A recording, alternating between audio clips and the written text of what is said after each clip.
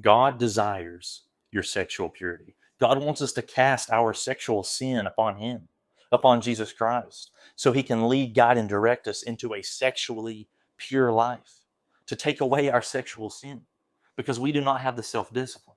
We do not have the willpower to say no to our fleshly desires, because sexual sin is the only sin God tells us we should flee from, we should run from, because we can't control it.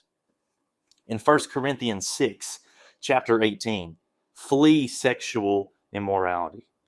Every sin that a man does is outside the body, but he who commits sexual immorality sins against his own body. Sexual sin is unlike anything else. Unlike anything else. We can steal, we can get drunk, we can gossip, we can do drugs, we can cuss. These are sins and lifestyles that we should stay away from, yes. And these are easier sins and lifestyles to give up in the grand scheme of things than sexual sin is. Sexual sin almost feels natural.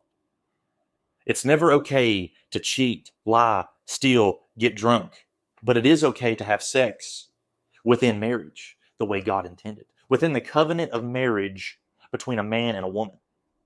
God created sex to unify you and your spouse. That's what God intended for it.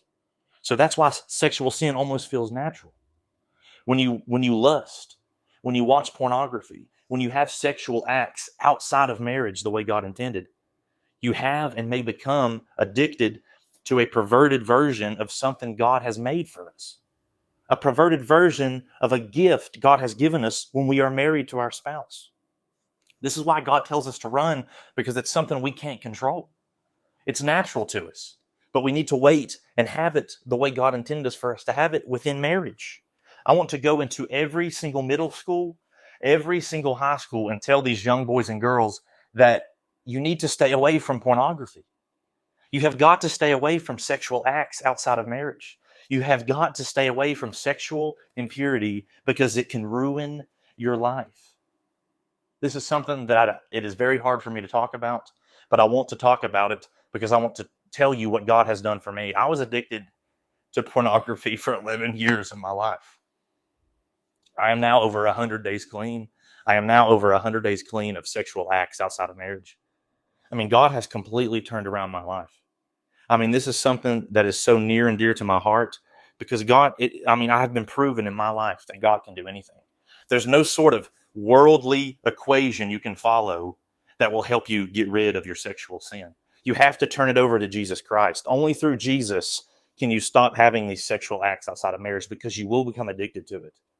Because it's something that feels natural. It's a gift God has given us, but we have got to wait to have these sexual acts inside of marriage the way God intended, or it will ruin your life. I'm speaking from experience. I mean, this is why God tells us to run. This is something we cannot control on our own. It's something we have got to hand over to Jesus. He desires our sexual purity. He wants us to be sexually pure.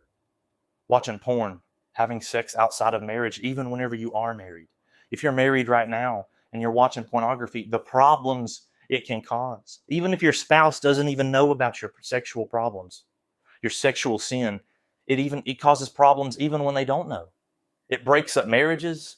And then when kids are involved, I mean, the kids got to have a separated parent, have to have a separated household. I mean, it causes so many problems, and the devil knows exactly what he's doing. I mean, praise Jesus' name for him delivering me out of pornography, for him delivering me out of sexual acts outside of marriage. And I couldn't feel better. I mean, it feels like a weight off my shoulders. I can finally look at God's daughters instead of objects. I look at their natural beauty, the beauty God has given them. I mean, I can't tell you how much of a relief I feel. And 100% of the praise goes to Jesus. So today, please give your sexual impurity to Jesus. Let him take it away. You do not need to be walking around with this burden. Don't let it cause any more problems than it already has. I pray for you. I pray in Jesus' name that he takes away your sexual impurity, because God wants your sexual purity, and there's so many benefits that come with it. God bless.